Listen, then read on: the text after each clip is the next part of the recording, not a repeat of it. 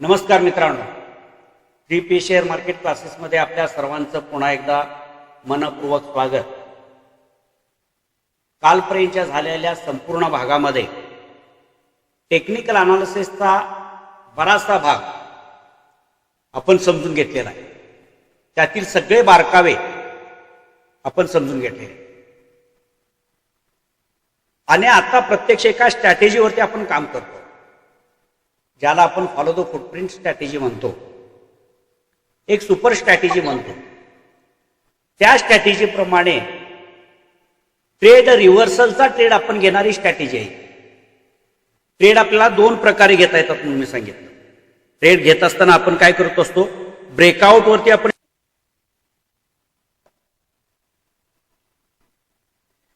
Breakout entry आणि दुसरी कुठली घेतो मला जरा सांगा. ही जी एक प्रकारची एंट्री घेतो आपण, ही ब्रेकआउट एंट्री एक घेतो आणि दुसऱ्या प्रकारची एक प्रकारे आपण एंट्री करायची असते. याच्या संदर्भात आपण सांगितलेलं आहे. कोणत्या पद्धतीनं?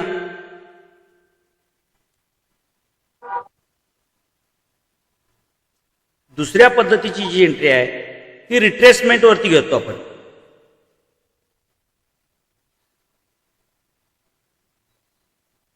किंवा यालाच काय म्हणतो आपण, पुलबॅक एंट्री.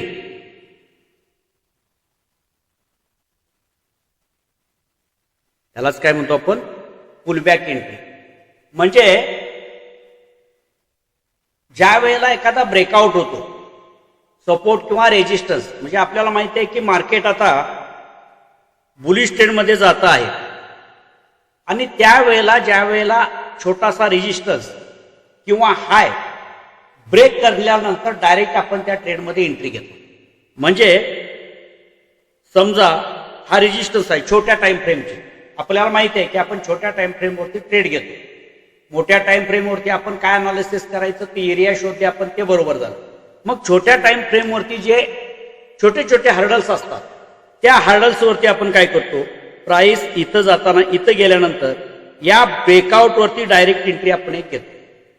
हा एंट्री घेण्याचा एक प्रकार, ज्याला आपण breakout entry. Trend line breakout झाला त्याच्यावरती आपण एंट्री घेतो, रेजिस्टन्स ब्रेकआउट झाला त्याच्यावरती आपण एंट्री घेतो, किंवा कॅन्डलच्या ब्रेकआउटवरती आपण एंट्री घेतो. वेगवेगळ्या स्ट्रॅटेजीमध्ये आपण एखादी कॅन्डल असेल, त्या कॅन्डलचा ब्रेकआउट झाला की त्याच्यावरती आपण एंट्री घ्यायची.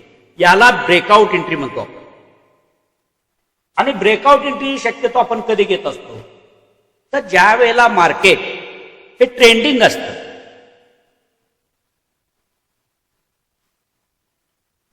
ट्रेंडिंग असते त्यावेळेलाही घेतो, ट्रेंड रिव्हर्सलच्या वेळेलाही घेतो. परंतु ट्रेंडिंग मार्केटमध्ये आपण ट्रेड घेत असताना ज्या वेळेला आपण ब्रेकआउट एंट्रीवरती ट्रेड घेतो, ब्रेकआउट, त्यावेळेला रिट्रेसमेंट एंट्रीच्या तुलनेमध्ये थोडी अधिक रिस्क आपल्याला कशाला घ्यावी लागते, या ब्रेकआउट एंट्रीवरती घ्यावी लागते. लक्षात घ्या. म्हणजे आपण जो फोकस करणार आहोत, आपण जी एंट्रीसाठी जी स्ट्रॅटेजी निवडणार आहोत किंवा जी पद्धत अवलंबणार आहोत, ती शक्यतो आपण कशाची करायची आहे, रिट्रेसमेंट एंट्री किंवा पुलबॅक एंट्री. म्हणजे मार्केट ट्रेंडिंग आहे, आपल्याला माहिती आहे प्राइस वरच्या दिशेनं मुवमेंट करते आहे, ट्रेडिंग बुलिश ट्रेंडमध्ये मार्केट आहे. पण ट्रेड घेण्यामध्ये आपण ब्रेकआउटवरती ट्रेड घेण्याची घाई न करता प्राइस खाली येण्याची वाट बघायची. कारण मार्केटचं नेचर कसं आहे, मार्केट वरती जातं खाली येतं, वरती जातं खाली येतं, वरती जातं खाली येतं, वरती जातं खाली येतं. याप्रमाणे मार्केट वरती जाईल, म्हणजे बुलिश ट्रेंडमध्ये जात असताना या पद्धतीनं, या स्ट्रक्चरमध्ये मार्केट वरच्या दिशेनं मुवमेंट करत. मग ज्यावेळेला आपण ब्रेकआउटची एंट्री घेत असतो, त्यावेळेला या लेवलला आपण ब्रेकआउटची एंट्री घेतो. जी एंट्री घेत असतो ती आपण कुठली घेत असतो, आपलं सर्वसाधारणपणे ब्रेकआउटची एंट्री जी असते, जो हाय तयार झालेला आहे, तो हाय ब्रेक केला की आपण ट्रेडमध्ये एंट्री घेतो. मग तिथून मार्केट जाणार नाही का वर, आपला अनालिसिस आहे त्याही पद्धतीनं ट्रेड घेता येतो. पण त्याच्यामध्ये थोडीशी रिस्क आपल्याला अधिक वाटते. त्यामुळे आपण जे रेफर करणार आहोत ती म्हणजे पुलबॅक एंट्री. शक्यतो आपल्याला पुलबॅक एंट्री मिळते का ते आपण पाहायचं. आणि पुलबॅक एंट्रीसाठी सगळ्यात महत्वाची गोष्ट कोणती जरुरी असते तर ती म्हणजे पेशन्स. आता इथं ज्या वेळेला एंट्री घेता तुम्ही, कुठं ब्रेकआउट वरती ज्या वेळेला एंट्री घेता त्यावेळेला तुमचे पेशन्स तुमच्या बरोबर काम करत नाहीत. एक गोष्ट लक्षात ठेवा, तुमचे पेशन्स काय करत नाहीत, काम करत नाहीत. कारण इथं जो रेजिस्टन्स ब्रेकआउट होतो किंवा कॅन्डल ब्रेकआउट होत असते त्या ब्रेकआउट वरती जी मुवमेंट होत असते त्या रनिंग कॅन्डलच्या मुवमेंट वरती आपण पेशन्स सोडून मार्केटमध्ये एंट्री, आणि त्याच्यामुळं आपण हाय प्राइसला आपली काय होते, एंट्री होते. आपली जी एंट्री होते ती मार्केट प्राइसला म्हणतो. एक तर आपण कशावरती लावत नाही, ती लिमिट प्राइस लावून ब्रेकआउट वरती एंट्री घ्यायची असते, पण ती घेत नाही. आपण मार्केट प्राइसला ट्रेड टाकतो आणि मार्केट टाईपला ट्रेड टाकल्यानंतर मार्केटमध्ये जी हायेस्ट प्राइस चालू असते, मार्केटमध्ये ज्या म्हणजे तुम्ही ऑर्डर टाकलेली ब्रोकरेज प्लॅटफॉर्मवरती जाऊन एक्सचेंजला जाऊन ती एक्झिक्यूट होईस तोपर्यंत जो वेळ जातो त्या वेळेमध्ये प्राइस काय झालेली असते, मुवमेंट फास्ट येऊन काय झालेली असते, हाय प्राइसला तुमची एंट्री पडते. म्हणजे एंट्री तुम्हाला या ब्रेकआउट वरती खालती करायची असते, परंतु एंट्री मात्र काय होते, वरच्या साईडला होते. म्हणजे इथं पेशन्स तुमचे काम करत नाहीत. आपली सायकोलॉजी आपल्याला साथ देत नाही ब्रेकआउटच्या वेळेला, आणि ब्रेकआउट होण्याच्या अगोदरच घाईघाईमध्ये आपण एंट्री घेतो. आणि तिथं एक एंट्री जर एकदा चुकली आपली तर तिथून जो रिस्क किंवा जो आपला स्टॉप लॉस असतो तो स्टॉप लॉस खूप लांब अंतरावरती, म्हणजे रिस्क आपली काय होते, मोठी राहते. आणि मोठी मग मार्केटचं नेचर आपल्याला माहिती आहे की मार्केट हे अपडाऊन या प्रोसेसमध्ये वरच्या दिशेनं मुवमेंट करतं. हाय तयार करतं, पुन्हा प्राइस प्रॉफिट बुकिंग होतं, प्राइस थोडीशी खाली येते, करेक्शन होतं, आणि पुन्हा मार्केट काय करतं, वरच्या दिशेनं जातं. हे आपल्याला माहिती आहे. परंतु ब्रेकआउटला एंट्री घेतल्यानंतर जशी प्राइस आपल्या खाली येते तसं तुमची लॉसमध्ये जात असता, आणि मग तुमचे पेशन्स पुन्हा त्या ठिकाणी हलतात, आणि तिथं तुम्हाला रिस्क अधिक प्रमाणामध्ये दिसायला लागली, लॉस दिसायला लागला की तुम्ही त्या ट्रेडमधून बाहेर. त्यामुळे मुळात आपण जी एंट्रीसाठीची जी प्रोसेस निवडणार आहोत, पद्धत निवडणार आहोत, त्यावेळेला शक्यतो आपण पुलबॅकच्या एंट्रीवरती ट्रेड करायचा प्रयत्न करायचा, हे लक्षात घ्या. आणि ही जी स्ट्रॅटेजी आहे ही आपल्याला रिट्रेसमेंट वरती एंट्री घेण्याची स्ट्रॅटेजी मी तुम्हाला आपल्याला सांगतो. जे आपण डिमांड झोन बघितले, सप्लाय झोन बघितले, त्याच्यानंतर एरिया फाइंड आउट केल्या, लोकेशन फाइंड आउट केलं, ट्रेड फाइंड आउट केला, आणि त्याच्यानंतर मग आपण ट्रेड कसा घ्यायचा या संदर्भामध्ये विचार करतो. त्यावेळेला विचार करत असताना ही जी संपूर्ण स्ट्रॅटेजी आहे, हा संपूर्ण भाग जो शिकवलेला आहे तुम्हाला, demand zone, supply zone, wholesale area, retail area, हा जो काय प्रकार मी तुम्हाला सांगतो आहे तो पूर्णपणे एका स्ट्रॅटेजीचा भाग आहे. एका स्ट्रॅटेजीचा भाग, ती एक स्पेशल स्ट्रॅटेजी आपण म्हणू द्या, या स्ट्रॅटेजीचा पार्ट, ती स्ट्रॅटेजी आपण आज समजून घेतो. आणि याच्यानुसार मग आपण ही जी अवलंबलेली असलेली म्हणजे जी स्ट्रॅटेजी आपली जी आहे रिट्रेसमेंट वरती, थोडक्यात आपल्या लक्षात आलं पाहिजे की पुलबॅक वरती ट्रेड करणारी स्ट्रॅटेजी आपण काय करतो आहोत ही समजून घेतो.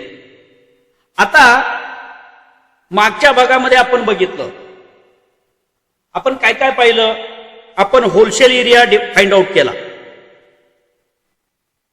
होलसेल एरियामध्ये डिमांड झोन आणि supply zone higher time frame वरती मार्क केले. ते कसे मार्क करायचे त्याची प्रोसेस आपण सगळी समजून घेतली.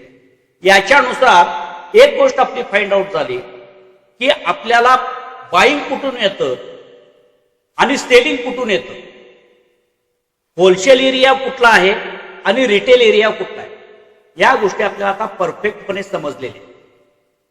त्याच्यानंतर पुढे जाऊन आपण काय समजून घेतलो, जर प्राइस कुठल्या एरियामध्ये, याचे पुन्हा 3 भाग केले आपण, 1, 2 आणि 3.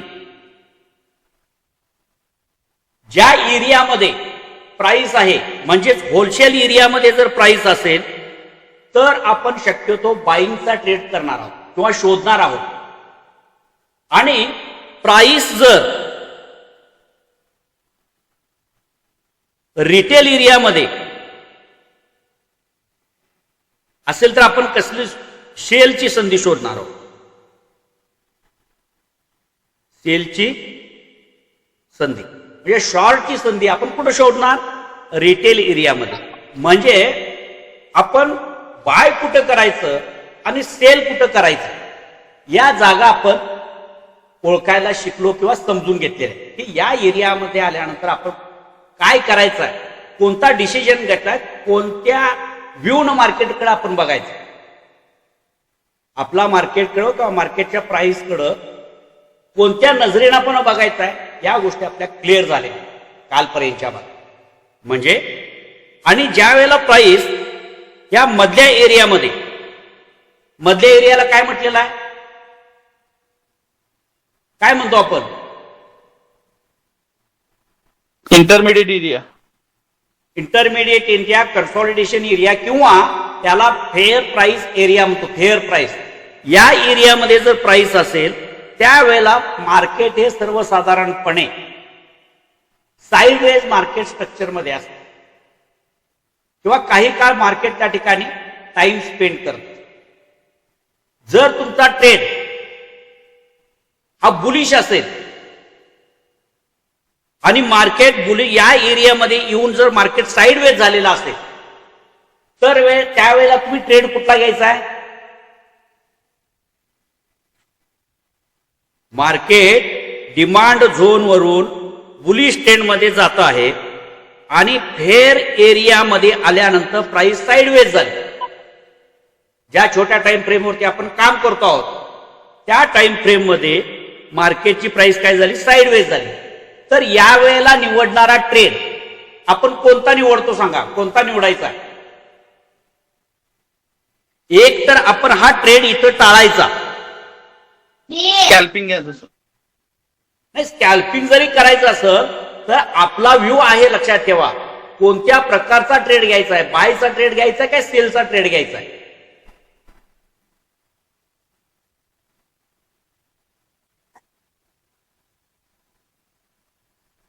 बोला बोला पटकन, आपल्याला पुढे जायचं आहे.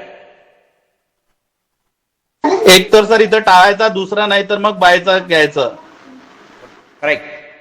बायचा ट्रेड घेताना सुद्धा मार्केट साइडवेज आहे म्हणजे काय करतं, या एरियामध्ये फिरत राहील. त्यावेळेला आपल्याला ट्रेड घ्यायचा झाला एक तर वेट आणि वॉच करायचं, ही रेंज ब्रेकआउट करण्याची. मग ही रेंज ब्रेकआउट केल्यानंतर प्राइस कुठं जाऊन पोहोचणार आहे? रिटेल एरियामध्ये जाणार आहे. त्यामुळे रिटेल एरियाच्या जवळ प्राइस जाऊन जर पोहोचली असेल तर आपल्याला त्या ठिकाणी बाय करता येणं शक्य होत नाही. मग जर आपल्याला इथं बाय करायचं असेल तर या फेअर व्हॅल्यूच्या बॉटम लेवलला म्हणजे प्राइस खाली आली, साइडवेज मार्केटमध्ये फिरत असताना डीप ऑन द म्हणजे काय ते बाय ऑन डीप म्हणतो आपण त्याला, तसं खाली प्राइस आली की आपण इथं बायची संधी शोधायची. कारण पूर्वीचा ट्रेंड काय आहे, म्हणजे हा जो ट्रेंड आहे तो ट्रेंड बुलिशच आहे, मार्केट साइडवेज झालेला आहे. त्यामुळे प्राइस खाली आली की आपण खाली आल्यानंतर इथं आपण बाय करायचं आहे आणि इथंपर्यंत टार्गेट आपण बुक करू शकतो किंवा टार्गेटसाठी आपण इथंपर्यंतच पाहायचं आहे. टार्गेट मध्ये किती बसायला पाहिजे, काय बसायला पाहिजे मी तुम्हाला सांगतो. पण शक्यतो या ज्या एरियामध्ये आहे फेअर व्हॅल्यू एरियामध्ये ज्या वेळेला मार्केट असतं त्यावेळेला एक तर शक्यतो ट्रेड आपण टाळायचा. जास्तीत जास्त करून आपण नव्यानं मार्केटमध्ये येत असू तर हा ट्रेड आपण काय करणार आहोत, टाळणार आहोत.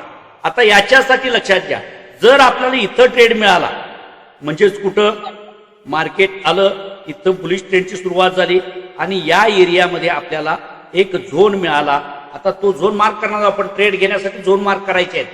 पण एरिया आपल्याला सांगितल्याप्रमाणे जर डिमांड झोनच्या जवळ जर आपल्याला ट्रेड मिळत असेल तर आपल्याला त्या ट्रेडसाठी आपण किती मार्क्स देणार आहोत? 2 मार्क्स देणार. 2 मार्क्स देणार.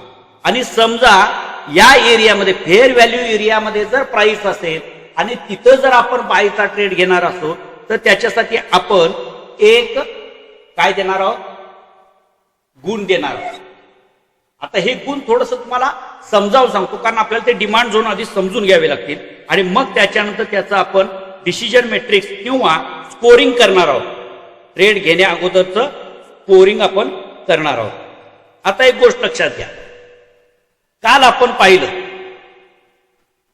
ह्या ज्या स्ट्रॅटेजी प्रमाणे आपण एखादा ट्रेड घेतल्यानंतर किती मुवमेंट कॅप्चर करू शकतो हे आपल्याला या ट्रेडच्या अगोदर समजतं. या स्ट्रॅटेजीनुसार आपल्याला काय समजतं की आपण ट्रेड घेतल्यानंतर कुठपर्यंतची मुवमेंट आपण कॅप्चर करू शकतो, आपला ट्रेड कुठपर्यंत चालू शकतो, कुठपर्यंत जाऊ शकतो हे आपल्याला अगोदर समजतं. हे का?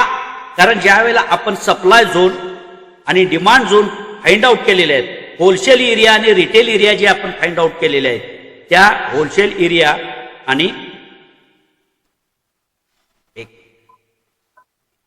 ह्या होलसेल एरिया आणि रिटेल एरियामुळं आपल्याला माहित आहे की ज्या वेळेला प्राइस होलसेल एरियामध्ये येते तिथून प्राइस वरती जाते आणि ज्या वेळेला रिटेल एरियामध्ये पोहोचते तिथून प्राइस खालच्या दिशेने. आणि या दोन्ही ठिकाणी इन्स्टिट्यूशनल ट्रेडर हे मोठ्या प्रमाणामध्ये काम करत असतात, बिग प्लेयर त्या ठिकाणी काम करतात. मग याच्यामध्ये जे अंतर आहे, याच्यामध्ये जे अंतर आहे, या इथून इथपर्यंत आपल्याला 2 ते 3 ट्रेड करता येतात. आपल्याला याच्यामध्ये 2 ते 3 ट्रेड आपल्याला मिळू शकतात. 2 ते 3 ट्रेड आपल्याला मिळू शकतात. हे थोडंसं आपल्याला समज लक्षात घ्या. मग प्राइस समजा वरती वरती गेली तर आपल्याला लक्षात येतं की आता इथं आपल्याला ट्रेड मिळू शकत नाही, आपण त्या ठिकाणी ट्रेड करत नाही. म्हणजे जे आपली रिस्क आहे ती रिस्क आपली काय होते, खूप कमी प्रमाणामध्ये त्या ठिकाणी होते. आता आपण होलसेल एरिया फाइंड आउट केलं, त्याचा पुढचा भाग आता आपण ट्रेंड पण पाहिला.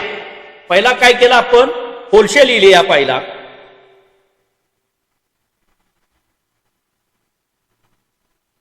आणि रिटेल एरिया पाहिला.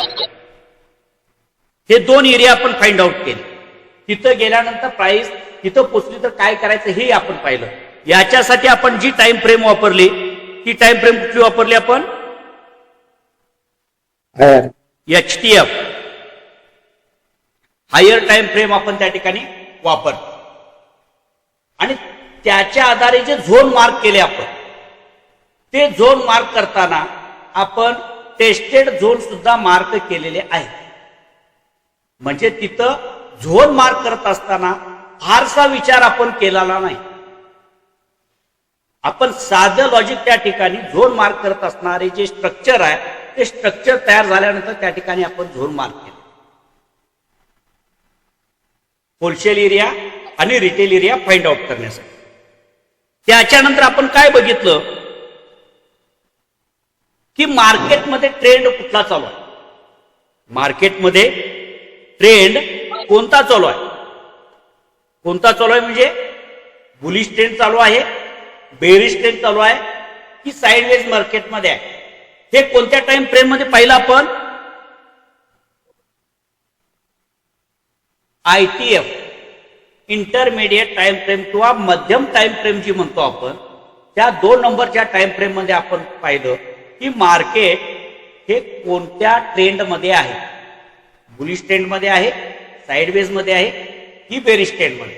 या 3 गोष्टी आपण त्या ठिकाणी पाहिलं इंटरमिडिएट टाइम फ्रेम. त्याच्यानंतर आपण काय केलं, लोकेशन एरिया फाइंड आउट करून घेतला. लोकेशन एरियामध्ये आपण काय केलं की हायर टाइम फ्रेमची वरची शेवटचा टॉप आहे, सप्लाय झोनच्या वरच्या लाईन पासून डिमांड झोनच्या खालच्या लाईन पर्यंत जो एरिया आहे त्या एरियाचे समान 3 भाग पाडले आणि त्याच्यानुसार आपण लोकेशन फाइंड आउट केलं. लोकेशन फाइंड आउट केलं. डिमांड जवळ असणारा भाग, डिमांड झोन जो हायर टाइम फ्रेमचा जो डिमांड झोन आपण मार्क केला त्याच्या जवळचा जो एरिया आहे त्याला आपण काय म्हटलं, होलसेल एरिया म्हटलं. आणि याला डीझेड म्हणून, डीझेडच्या जवळ आणि रिटेल एरियाच्या जवळ, सॉरी हायर टाइम फ्रेमच्या जो झोन मार्क केलेला आहे त्याच्या जवळ, सप्लाय झोनच्या जवळ जो एरिया आपण शोधला त्याला आपण काय म्हटलं, रिटेल. येस, झेडच्या जवळ. आता रिटेल एरियामध्ये काय करतात, रिटेलर विक्री करतात, सॉरी रिटेलर खरेदी करतात आणि सप्लायर म्हणजे मोठे प्लेयर त्या ठिकाणी विकत असतात. हे साधं लॉजिक आपण मागं पाहिलेलं आहे. आणि होलसेल एरियामध्ये रिटेलर विकत असतात आणि मोठे प्लेयर जे असतात ते खरेदी करतात. हे आपण पाहिले. आणि या दोन्हींच्या मधला त्याला आपण म्हटलं फेअर प्राइस एरिया.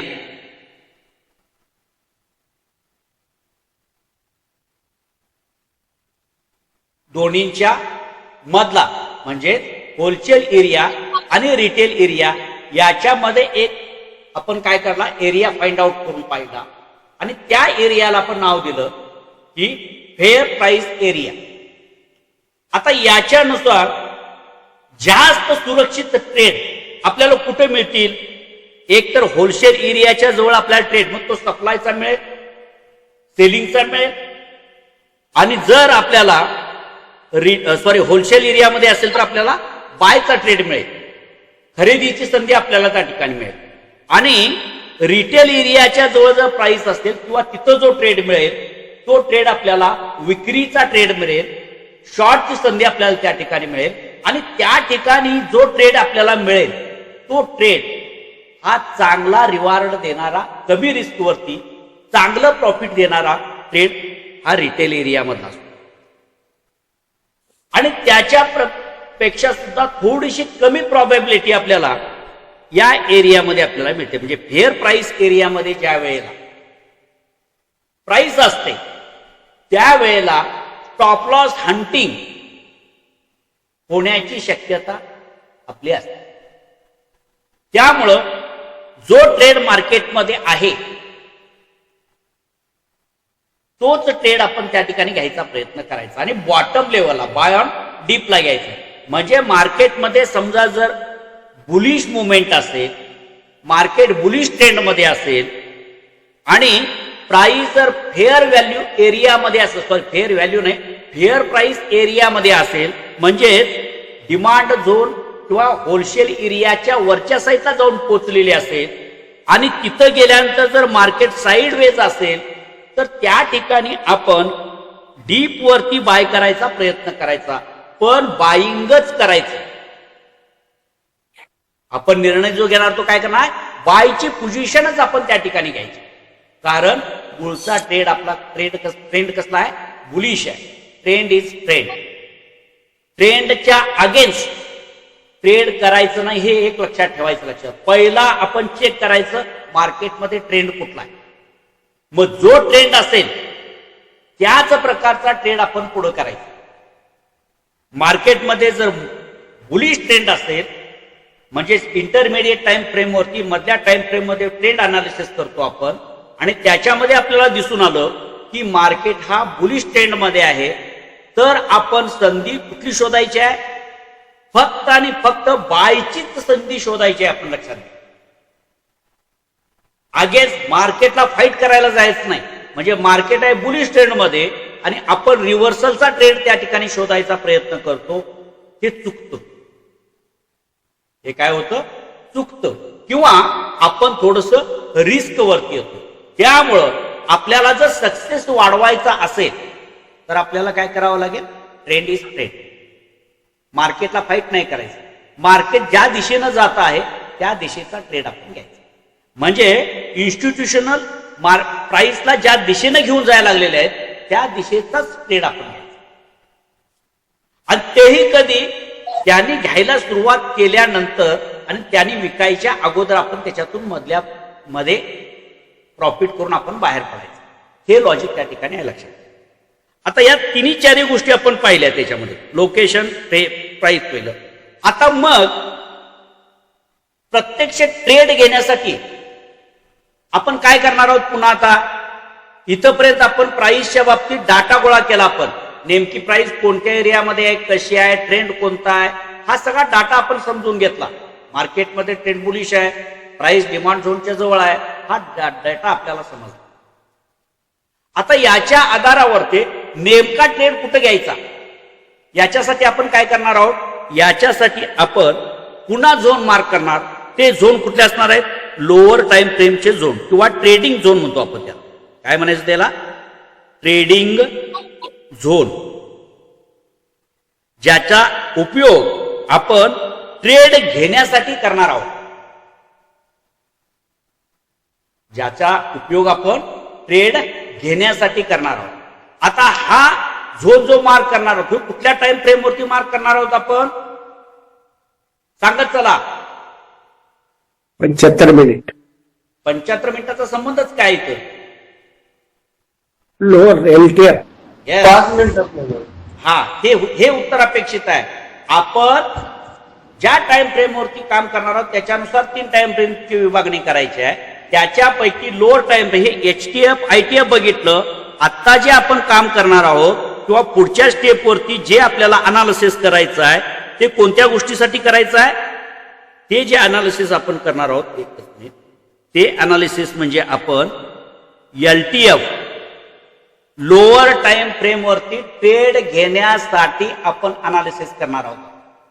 आपण डेटा गोळा केलेला आहे, माहिती गोळा केलेली आहे, प्राइस नेमकी कुठं आहे, ट्रेंड कोणता चालू आहे, या गोष्टी आपण आपल्याजवळ गोळा केल्या. त्यानुसार काही प्रमाणामध्ये आपण डेटा गोळा केला. आता प्रत्यक्ष मार्केटमध्ये आपल्याला ट्रेड करायचा आहे. त्याच्यासाठी आपण लोअर टाइम फ्रेम वरती जाऊ आणि लोअर टाइम फ्रेम वरती जाऊन आपण डिमांड झोन आणि सप्लाय झोन मार्क करणार. इथपर्यंतचा भाग आपण सोडून दिल्यानंतर आता काय आपण एलटीएफ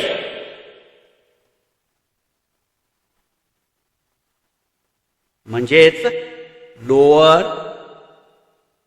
टाइम फ्रेम, ज्याच्यावरती आपण ट्रेड प्लॅन करतो.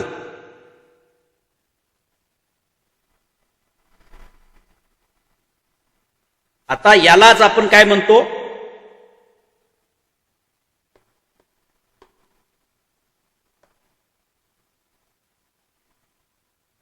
Trading zone. आता याच्या अगोदर तुम्हाला सांगितलेलं आहे की जे झोन आपण मार्क करत होतो ते झोन कसे मार्क करत होतो, जे पूर्वी हायर टाइम फ्रेम वरती जे झोन मार्क केले त्याच्यामध्ये फारसा विचार आपण केलेला नाही. पण जाता जाता तुम्हाला या झोनचे प्रकार सांगितलेले होते. त्याच्यातील एक झोनचा प्रकार म्हणजे कुठला, फ्रेश झोन. दुसरा, बोलत चला, दुसरा कुठला झोन, टेस्टेड झोन. आणि तिसरा क्वालिटी झोन. क्वालिटी झोन नाही, क्वालिटी झोन म्हणजे आपल्याला फ्रेश झोन येणार याच्यामध्ये. तिसरा जो झोन आपण आहे तो मार्कच करणार नाही आपण, त्याला बघायची सुद्धा गरज नाही. पण तो म्हणतो तो कुठला, आपण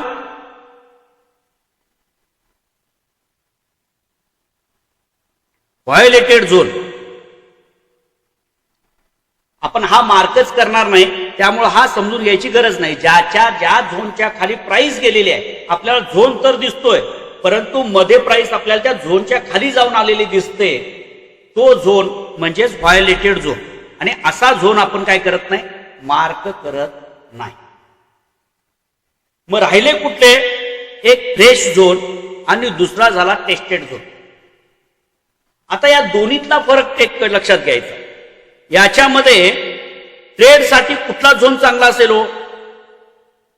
नावावरून लक्षात आलं पाहिजे तुमच्या. Fresh zone.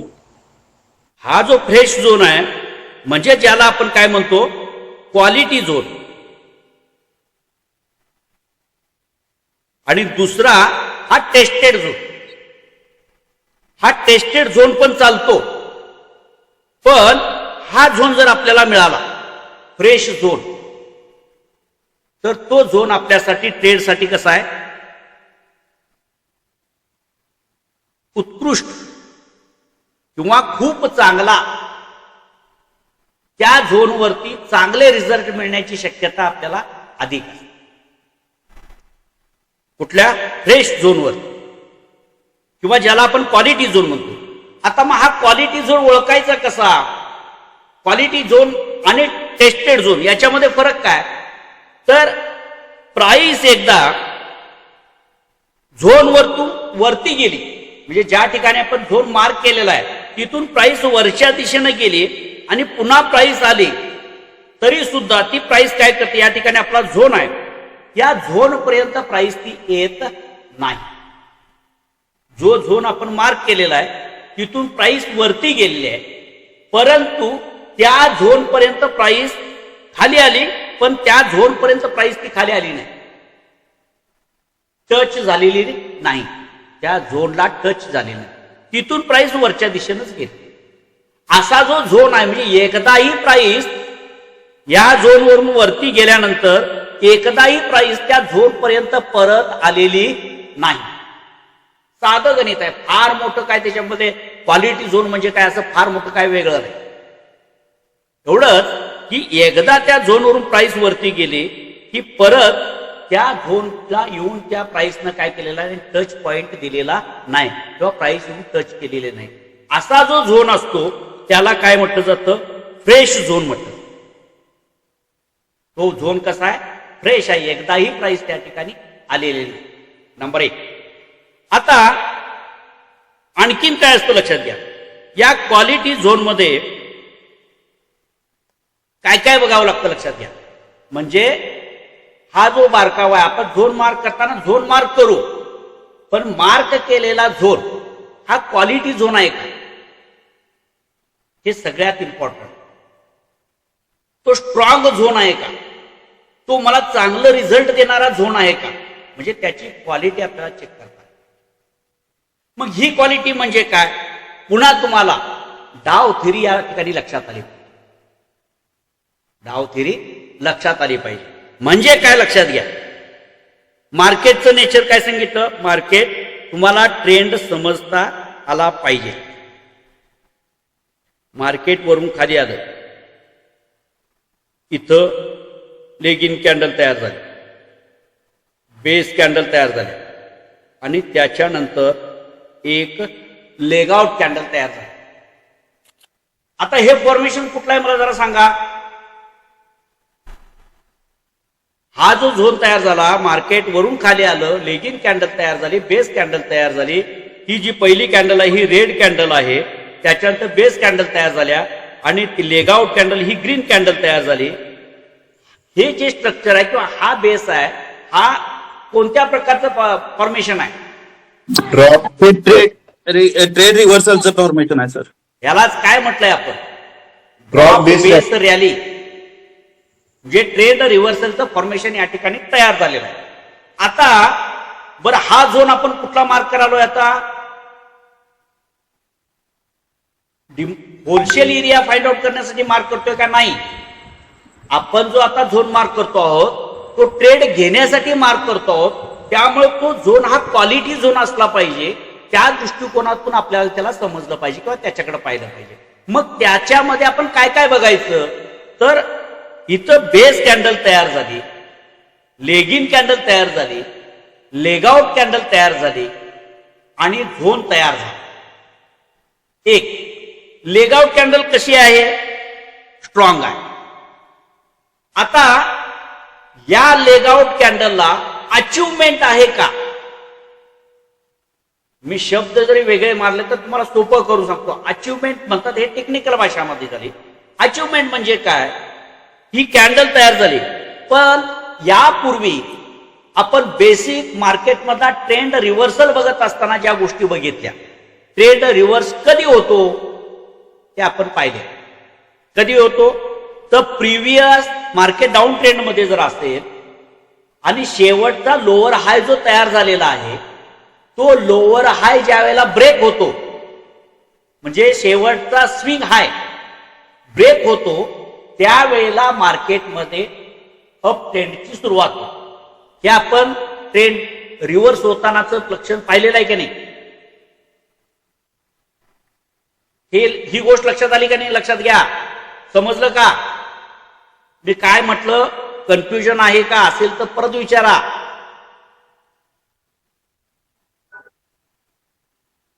परत सांगा सर, हा, परत सांगा, काय का लक्षात आलं नाही. आता ट्रेंड चेंज होताना असता आपण काय सांगितलं होतं याच्यापूर्वी. आता हे फॉर्मेशन सोडून द्या थोडस. आपण काय ट्रेंड रिव्हर्स करताना काय घडतं हे सांगितलेलं ते आठवायचं. इथं थोडक्यात मार्केट वरून खाली आलं, अप डाऊन करत आलं आणि इथं आल्यानंतर प्राइस ज्यावेळेला वरती जाते त्यावेळेला ट्रेंड चेंज केव्हा झाला म्हणतो आपण?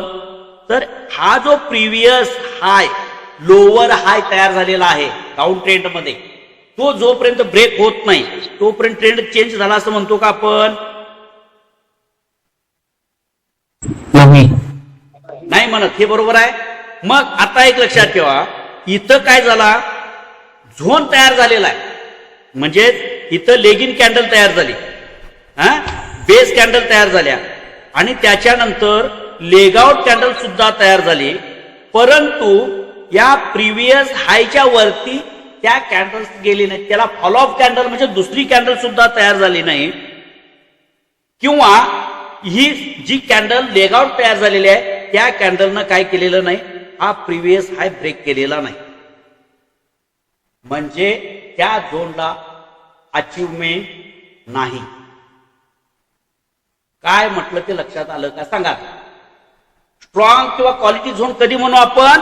ज्या वेळेला हा झोन आपण मार्क केलेला आहे, मार्क केलेल्या झोन ज्या वेळेला अजून एंट्री घेतली का आपण? नाही. आपण झोन मार्क करायला लोअर टाइम फ्रेमचे आणि नंतर एंट्री घेणार आहोत. आता लोअर टाइम फ्रेमचे आपण काय म्हणालो आहोत? झोन मार्क करायला आहोत छोट्या टाइम फ्रेमवरती. मग त्या छोट्या टाइम फ्रेमवरती झोन मार्क करत असताना आपण डिमांड झोन मार्क करायला आहोत असं समजा. मग डिमांड झोन मार्क करत असताना तो क्वालिटी झोन आपण कधी म्हणणार आहोत? तर त्या झोनवरून प्राइस वरती गेले, परत प्राइस आलेली नाही असा झोन असेल त्याला आपण काय म्हणू? Quality zone. एक. दुसरं म्हणजे काय की ती जी लेगआउट कॅन्डल आहे त्या लेगआउट कॅन्डलनं प्रिव्हियस हाय ब्रेक केला पाहिजे. प्रिव्हियस हाय नाही, प्रिव्हियस स्विंग म्हणजे शेवटचा जो लोअर, आता मार्केट वरून खाली येताना LH तयार करत येत होतो ना, असंच येत होतं ना. हा प्रिव्हियस लोअर हाय ब्रेक करणाऱ्या त्या लेगआउट कॅन्डलनं ब्रेक केली नाही. किंवा त्याला त्याच्यानंतर दुसरी कॅन्डल तयार झाली आणि त्या कॅन्डलनं ब्रेकआउट केला तरी सुद्धा तो झोन कसला झोन झाला? Quality zone. लक्षात आलं? त्या झोनला अचिव्हमेंट मिळालेली आहे, म्हणजे ट्रेंड रिव्हर्सलचा संकेत मिळालेला आहे. ज्याला कन्फर्मेशन मिळतो ते कन्फर्मेशन मिळालेलं आहे त्या झोनला. लक्षात आलं का?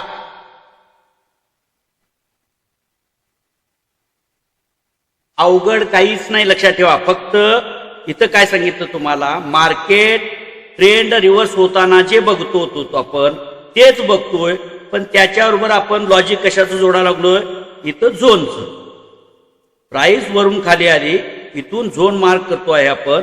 त्यावेळेला वरून मार्केट खाली येत असताना जे लोअर हाय तयार होत आलेले होते ते लोअर हाय ब्रेक करणारी की लेगआउट कॅन्डलनं त्या कॅन्डल तरी ब्रेक केलेला पाहिजे किंवा त्याच्यानंतरच्या कॅन्डलनं जरी ब्रेक केलेला असेल तर त्याला काय म्हणतो आपण? अचिव्हमेंट क्वालिटी झोन किंवा क्वालिटी झोन म्हणतो आपण. म्हणजे असा झोन झाला की आपण म्हणायचं की हा झोन खूप चांगला झोन आहे, ताकदीचा झोन आहे. कारण ट्रेंड रिव्हर्सल साठी आवश्यक असणाऱ्या सगळ्या गोष्टी त्या झोन बरोबर घडलेल्या आहेत. लेगआउट चांगलाच पाहिजे, जर लेगआउट कॅन्डलला जर अपोजिट रिॲक्शन जास्त असेल तर तो क्वालिटी झोन होणार नाही. म्हणजे आपण ते आधी निवडलेलंच आहे की जे काय आपण बघू त्याच्यासाठी बाईंगसाठी आपण कॅन्डल बघितलेले आहेत. पहिल्या 3 प्रकारच्याच कॅन्डल पाहिजे, ब्रेकआउट असू दे किंवा एंट्री घेण्यासाठी असू दे, ज्या 3 कॅन्डल आपण बघणार आहोत त्या पहिल्या 3 प्रकारामधल्या कॅन्डल्स पाहिजेत. तशी कॅन्डल असेल तर ती कॅन्डल चांगली आहे. आणि अपोजिट रिॲक्शन जास्त असेल म्हणजे वरच्या साईडला शॅडो जर ज्या लेगआउटला जास्त असेल तर तो झोन हा 2 नंबरचा झोन येतो, 2 नंबर पैकी झोन येतो. पण त्याच्यानंतर समजा एखादी दुसरी कॅन्डल तयार झाली आणि ती स्ट्रॉंग कॅन्डल वरच्या दिशेला जाऊन बसली तर तो झोन हा क्वालिटी झोन झाला. काय गोंधळ आहे का मला जरा सांगा.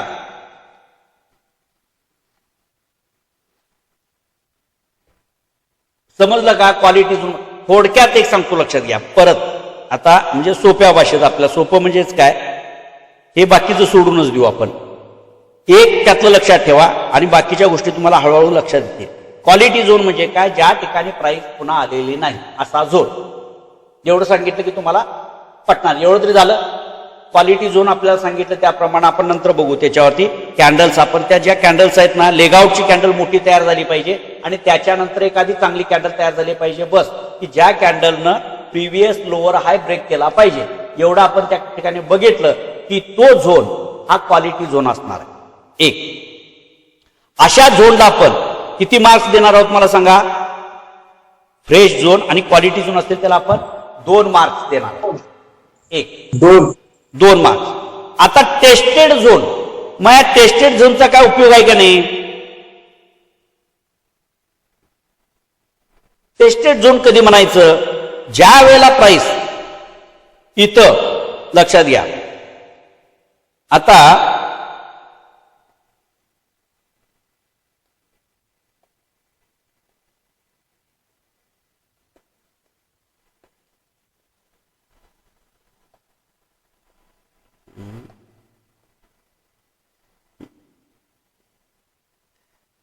समजा इथं एक छोट्या कॅन्डल्स तयार झाल्या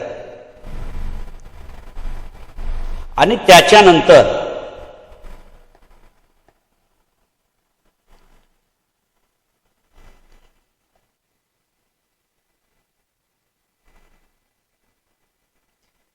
या पद्धतीची एक बुलिश कॅन्डल तयार झाली.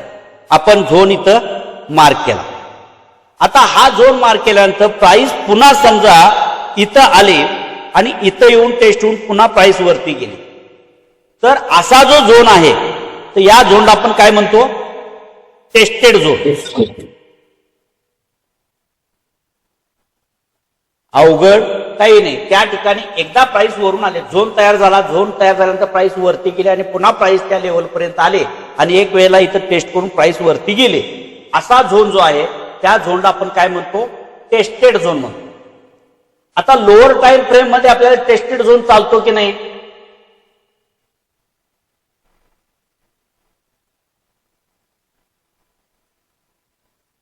बोला ना सुनील सर. नाही सर. छोट्या टाइम फ्रेम मध्ये, लोअर टाइम फ्रेम वरती जो झोन आपण मार्क करायला आलो आहोत त्या झोन मध्ये आपण करत असताना टेस्टेड झोन आपल्याला मार्क करायला चालतो की नाही? लहान टाइम फ्रेम वरती नाही चालत. टेस्टेड झोन चालतो. हायर टाइम फ्रेम चालतो ना सर? हा ते बरोबर आहे. तिथं मल्टिपल टाइम किंवा ज्यादा टेस्टेड चालतात. इथं काय लक्षात घ्या, थोडासा फरक आहे. इथं टेस्टेड झोन हा फ्रेश झोन पेक्षा क्वालिटीनं कमीच आहे. टेस्टेड झोन आहे हा 1 नंबरच्या झोन पेक्षा त्याची ताकद काय कमीच आहे. पण प्राइस जर एक वेळेला टेस्ट करून वरती गेलेला असेल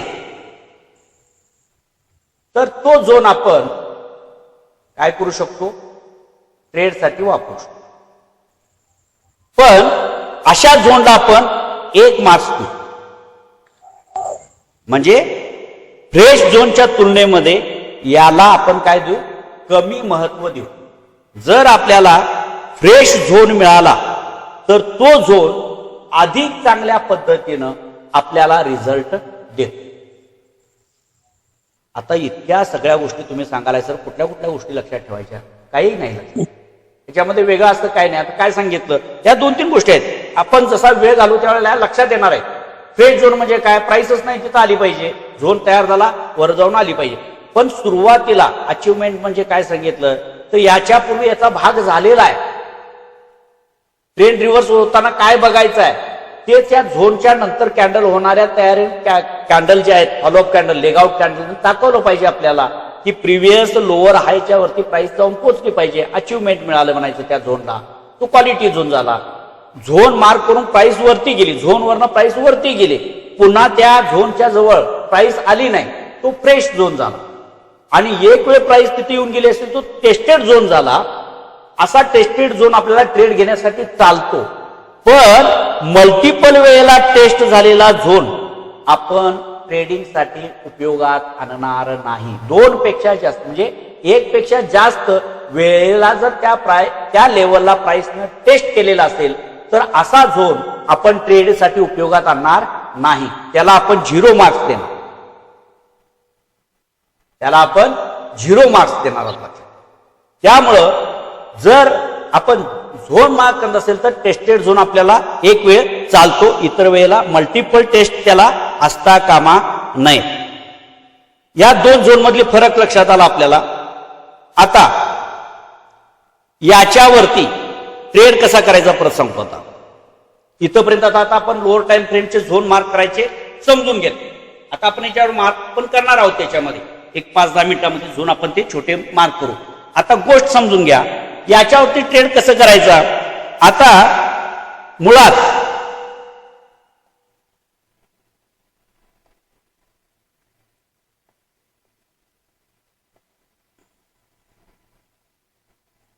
हा झाला HTF. एकच मिनिट. हा झाला HTF म्हणजेच हायर टाइम फ्रेमचा डिमांड झोन. म्हणजेच हा काय आला, होलसेल एरिया.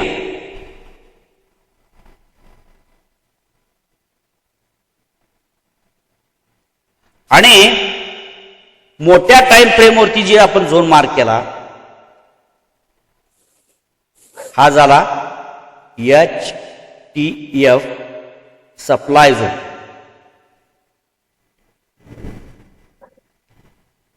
Retail area.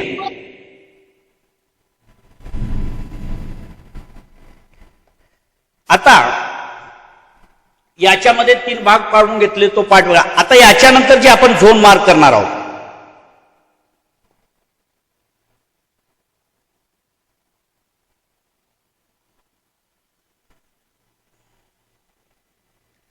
हे काय झाले, छोट्या टाइम फ्रेमचे म्हणजे LTF. आता एक गोष्ट लक्षात घ्या, मुळात पहिला ट्रेंड कुठला आहे हे बघायचं आहे आपल्याला. इंटरमिडिएट टाइम फ्रेमवरती आपण जाऊन बघतो की ट्रेंड कुठला आहे.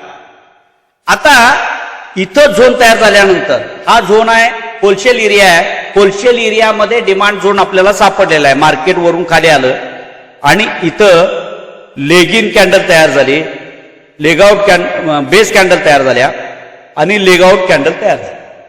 आता हा ट्रेंड रिव्हर्सलचा ट्रेंड आहे. मुळात एक गोष्ट लक्षात घ्यावी लागेल परत. हा ट्रेंड म्हणजे थोडस इथं थोडा गोंधळ उडण्याची शक्यता आहे. हा झोन कधी मारणार आपण जे समजू द्या, मग त्याच्यानंतर मी करतो तुम्हाला. आता मोठ्या टाइम फ्रेमची इंटरमिडिएट टाइम फ्रेम वरती प्राइस वरून खाली ट्रेंड बघायसाठी आपण मधल्या टाइम फ्रेम वरती बघितलं की कॅन्डल वरून खाल्या प्रमाणात, मग तिथं आपण त्याच्यावरती कॅन्डल्स मार्क करतो का, तर त्याच्यावरती आपण झोन मार्क करत नाही. आपण छोट्या टाइम फ्रेम वरती जातो. मग आपल्याला इथून ट्रेंड हा ट्रेंड बुलिश मार्केट घ्यायचा आहे. प्राइस कुठं आली आहे, डिमांड झोनच्या जवळ आलेली आहे आणि इथं आल्यानंतर प्राइस वरच्या दिशेने गेली. कुठल्या टाइम फ्रेमला, इंटरमिडिएट टाइम फ्रेमलाच लक्षात घ्या. अजून झोन मार्क केलेला नाही, निळ्या लाईन्स या 2 दाखवल्या पण सांगतो अजून मार्क केलेल्या नाहीत त्या. आता प्राइस वरून खाली डिमांड झोन जवळ आली आणि इंटरमिडिएट टाइम फ्रेम मध्ये आपल्याला दिसलं की मार्केट आता काय आलेलं आहे, बुलिश ट्रेंडमध्ये जायला सुरुवात झाली. बुलिश ट्रेंडमध्ये जायला सुरुवात झालेली आहे. तिथून प्राइस काय होतं, थोडीशी खाली येते आणि इथं एक कॅन्डल तयार होते, बेस कॅन्डल तयार होते आणि लेग आउट कॅन्डल तयार होते. मग इथं आपण जो झोन मार्क करतो छोट्या टाइम फ्रेमवरती, हा छोट्या टाइम फ्रेमचा झोन तयार झाला. हा झाला छोट्या टाइम फ्रेमचा डिमांड झोन. प्राइस कुठं आहे, मुळात डिमांड झोनच्या जवळ आहे. मग इथं सप्लाय झोनचा विचार करायची गरज आहे का आता लगेच, कारण सप्लाय झोन मध्ये आपण सेल्स आहे. तर इथं समजा प्राइस इथं खाली आलेली आहे, इथं आपण सेलचा ट्रेड घेणार आहोत का, नाही बायचा. मग आपल्याला आता झोन पहिला फाइंड आउट कुठला करावा लागेल, ज्या एरियामध्ये प्राइस आहे आणि त्या एरियामध्ये प्राइसचा ट्रेंड कोणता आहे त्याच्यावरती घे ना. म्हणजे प्राइस वरून आली त्यावेळेला डाऊन ट्रेंड मध्ये होती, परंतु या होलसेल एरियाच्या जवळ आल्यानंतर प्राइसनं बुलिश मुवमेंटमध्ये जायला सुरुवात झाली. म्हणजे इंटरमिडिएट टाइम फ्रेमवरती बघितलं की इथं आल्यानंतर प्राइस वरच्या दिशेनं मुवमेंट द्यायला सुरुवात झालेली आहे आणि त्याच्यानंतर आपण मग ट्रेड घेण्यासाठी झोन शोधायला लागलो.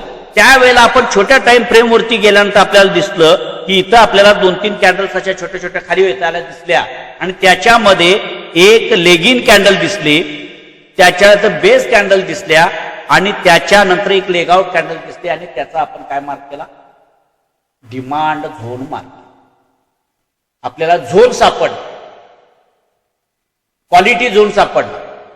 ही जी कॅन्डल तयार झाली, हा छोट्या टाइम फ्रेम मध्ये सुद्धा जो प्रिव्हियस हाय तयार झालेला होता तो प्रिव्हियस हाय ब्रेक करणारी ही कॅन्डल तयार झाली. प्राइस इथनं जी खाली आली होती छोट्या टाइम फ्रेम मध्ये, तिथं सुद्धा या कॅन्डलनं काय केलं, ब्रेक केला.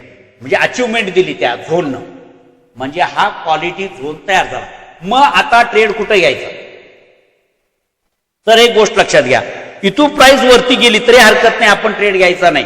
प्राइस पुन्हा काय करते, जेव्हा इथं येईल या डिमांड झोनच्या जवळ प्राइस पुन्हा येईल, त्यावेळेला इथं तुम्ही एखादी बुलिश कॅन्डल बघा, हॅमर बघा, इंगलफिंग बघा आणि मग त्याच्यावरती तुम्ही ट्रेड घ्या.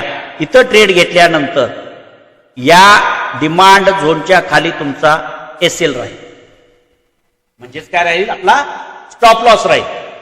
आता मग आपण डिमांड झोन फाइंड आउट केला, आपल्याला क्वालिटी झोन मिळाला, त्या झोनवरती आपण ट्रेड घेणार आहोत.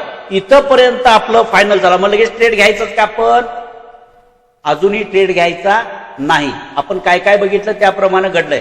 प्राइस वरून खाली आली, होलसेल एरियापर्यंत आले आणि होलसेल एरियात मध्ये बघितल्यानंतर इंटरमिडिएट टाइम फ्रेमला बघितल्यानंतर आपल्याला ट्रेंड बुलिश झालेलं दिसलं, ट्रेंड बुलिश ट्रेंड मध्ये जायला लागलेला आहे. मग त्याच्यानंतर आपण लोअर टाइम फ्रेमवरती शिफ्ट झालो आणि लोअर टाइम फ्रेमवरती जो झोन मार्क केला आपल्याला, तो झोन आपल्याला कुठे मिळाला, होलसेल एरियाच्या जवळपास तो झोन आपल्याला दिसून आला की खूप चांगल्या पद्धतीचा क्वालिटी झोन आहे. जसं आपण म्हटलं झोन कसा मार्क आहे त्या पद्धतीचा झोन इथे मिळाला.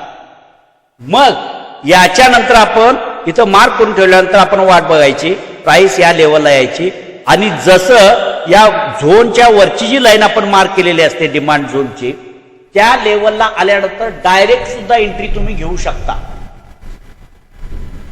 कुठं, या वरच्या लाईनला टच झाल्याबरोबर तुम्ही काय करू शकता, समजा कॅन्डल रेड असली तरी सुद्धा तुम्ही डायरेक्ट एंट्री घेऊ शकता. आता थोडासा तो स्किलचा भाग आहे. मग हे समजत नसेल, समजा आपल्याला डायरेक्ट घेता, पेशन्स आपले काम करत नसतील, तर मग आपण इथं आयडिया थोडीशी चालवायची की या लेवलला प्राइस आल्यानंतर याच्यापेक्षा छोट्याशा टाइम फ्रेम होते, ती तुमच्या ह्याच्यामध्ये नाही, या स्ट्रक्चरमध्ये नाही. तर तुम्हाला समजत नसेल, इथं प्राइस आली पण आता मी इथं ट्रेड कसा घ्यावा मला भीती वाटायला, आता काय करूया. मग छोट्या टाइम फ्रेमवरती काय चाललंय बघायसाठी आपण अनेकांदा छोट्या, हे तुमचा स्किलचा भाग. तुम्ही छोट्या टाइम फ्रेमवरती जायचं आणि मग तिथं तुम्हाला एखादा हॅमर, मॉर्निंग स्टार इथं दिसला की तुम्ही इथं बाय करायच्या जवळपास मिळतो आणि या डिमांड झोनची जी खालची लाईन आहे त्या खालच्या लाईनच्या थोडंसं खाली काय लावायचा, तुमचा स्टॉप लॉस लावायचा. ही झाली एंट्रीची जागा. ही झाली काय, एंट्रीची जागा. आता पुढचा प्रश्न काय येतो, मग याच्यानंतर आपल्याला काय बघायचं आहे, इथून आर आर बघायचा. आर आर म्हणजेच काय, रिस्क रिवॉर्ड रेशो. ज्या डिमांड झोनवरून आपण ट्रेड घेणार आहोत तिथून हायर टाइम फ्रेमचा जो सप्लाय झोन आहे तिथपर्यंतचं अंतर तुमच्या एंट्री पासून किती आहे, म्हणजे तुम्ही घेत असलेला स्टॉप लॉस आणि तिथून तुम्हाला मिळणारं टार्गेट हे किती आहे हे आपण चेक करायचं. जर तुम्हाला लगेच सप्लाय झोन जवळ दिसत असेल मग स्टॉप लॉस ही तेवढाच आणि टार्गेट ही तेवढंच तुमचं जर बसत असेल तर तुम्ही अशा ट्रेडमध्ये एंट्री घ्यायची नाही. आपण कुठे एंट्री घ्यायचं आहे बघा लक्षात. काही काही गोष्टी तुमच्या कशा क्लिअर होत जातील बघा लक्षात घ्या. एक तर काय काय कळणार आहे आपल्याला, भरपूर गोष्टी असतील तर तुम्हाला स्वस्तात मिळतील. त्याप्रमाणे जर भरपूर अंतर असेल, आता हा झोन आपण सोडून देऊ, हा एलटीएफचा झोन आपण इथं मार्क करणार नाही कारण आपण मार्कच केला, अपोजिट झोन फेल होतो. ज्या वेळेला तुम्ही ट्रेड झोन मार्क करता म्हणजे प्राइस ज्या एरियामध्ये आहे त्याच्यानुसार फाइंड आउट करून झोन मारता, त्याबरोबर तो झोन ट्रेड घेण्यायोग्य जर तयार झालेला असेल तर त्याच्या अगेन्स्ट असणारा झोन फेल होतो, म्हणजे तो मारायचा नाही. लक्षात आलं, एक झोन आपण मार्क केला. आता मग इथं समजा परत थोडस चेंज करून पाऊस आलेला आहे आणि लाईट जाण्याची शक्यता आहे, कदाचित लाईट डायरेक्ट गेली तर आपला क्लास थांबेल. आता म्हणजे पूर्व सूचना देतो, जोपर्यंत आपलं चालू आहे तोपर्यंत चालू ठेवू. आता हा काय आपला होलसेल एरिया, त्याच्यानंतर इथंच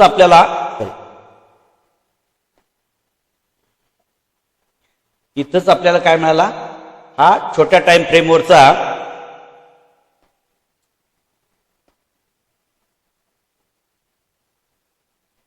डिमांड झोन मिळाला. आता याच्यामध्ये एक लक्षात घ्या, इथं आले आणि इथं येऊन प्राइस काय झालेले आहेत, आता इथून प्राइस खाली येताना मोठी कॅन्डल तयार झाली, परत छोट्या छोट्या छोट्या कॅन्डल तयार झाल्या आणि एक मोठी कॅन्डल तयार झाली. आता इथून आपण एंट्री इथं घ्यायला लागलोय का, मला सांगा, इथं घ्यायला लागलोय का आपण एंट्री? नाही. एंट्री आपण कुठे घेणार आहोत, या झोन वरती घेणार आहोत. मग झोनच्या जवळ समजा इथून प्राइस आली, मग इथं समजा तुम्ही इथं या लेवलला एंट्री घेतली तर इथून इथपर्यंत जे अंतर आहे तुमचा स्टॉप लॉस जेवढा आहे त्याच्यावरती, आर आर म्हणजेच काय, स्टॉप लॉसच्या विरोधात तुम्हाला मिळणारं प्रॉफिट किती प्रमाणामध्ये आहे यालाच म्हणतो काय आपण, म्हणजे जेवढी आपण रिस्क घेतो त्या प्रमाणामध्ये आपल्याला रिवॉर्ड किती प्रमाणामध्ये मिळणार आहे हे आपल्याला समजून घ्यायचं आहे. मग हे जे रिस्क रिवॉर्ड आहे हे किती असलं पाहिजे, 1/5 पेक्षा जास्त असलं. लक्षात घ्या, म्हणजे तुम्ही किती सुरक्षितपणे ट्रेड करायचा विचार प्लॅनिंग करताय बघा. मग सर म्हणा लगेच मला दाखवा बघू, लगेचच्या लगेच अशा गोष्टी तुम्हाला मिळत नाही, तुम्हाला शोधाव्या लागतात अशा कंडिशन. कारण काय लक्षात घ्या, आपलं काम असते ना, 5 मिनिट रोज आपण काम केलं असं नाही करायचं आहे.